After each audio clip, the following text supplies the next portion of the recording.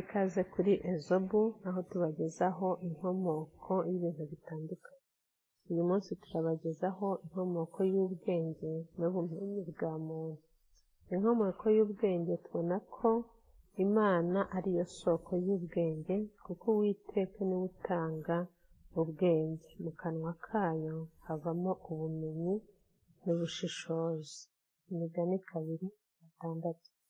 Ubwenge nyakuri buturuka ku Mana, umuremyi w'isi n'ijuru. Imigani 9:10. Gutinya Uwiteka ni itangiriro ry'ubwenge, ni ukubaha Imana no kuyumvira. Umutima w'ubwenge Bibiliya ivuga ko ari umutima w'umuntu ufite ubwenge bufata imyanzuro.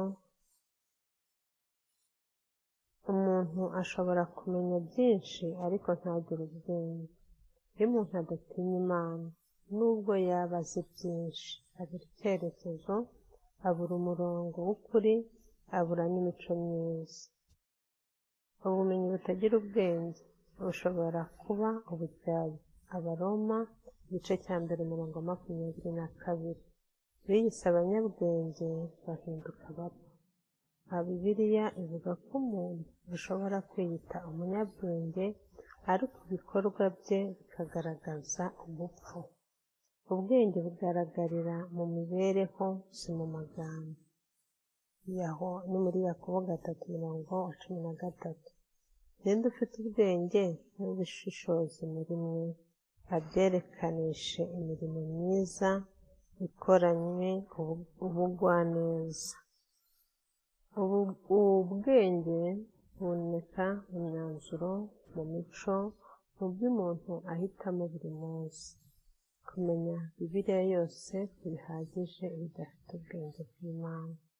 Ubumenyi bushobora kugutesha, kuko hari n'aho Bibiliya ibyita ubwenge bw'abadayimoni. Yakobo 3:15.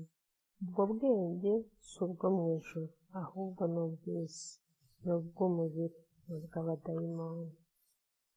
Ubwo ni ubwenge budaturuka ku Mana, bufite inkomoko mu myuka mibi, butagira umusaruro mu bugingo. Ikiranga ubwenge bw'abadayimoni buba bwuzuye ubwibone n'ishyari. Yakobo 3:14-16. Ubwo bwenge buba bwishyira hejuru, guharanira inyungu bwite, guteza amacakubiri n'imivurungano. Ubwo bwenge bwerekana ukuri guke, kuko bugoreka ukuri.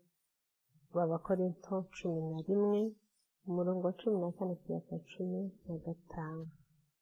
Satani yihindura umumarayika w'umucyo, kuko bwigaragaza nk'ubwenge, ariko bugamije kuyobya ukuri.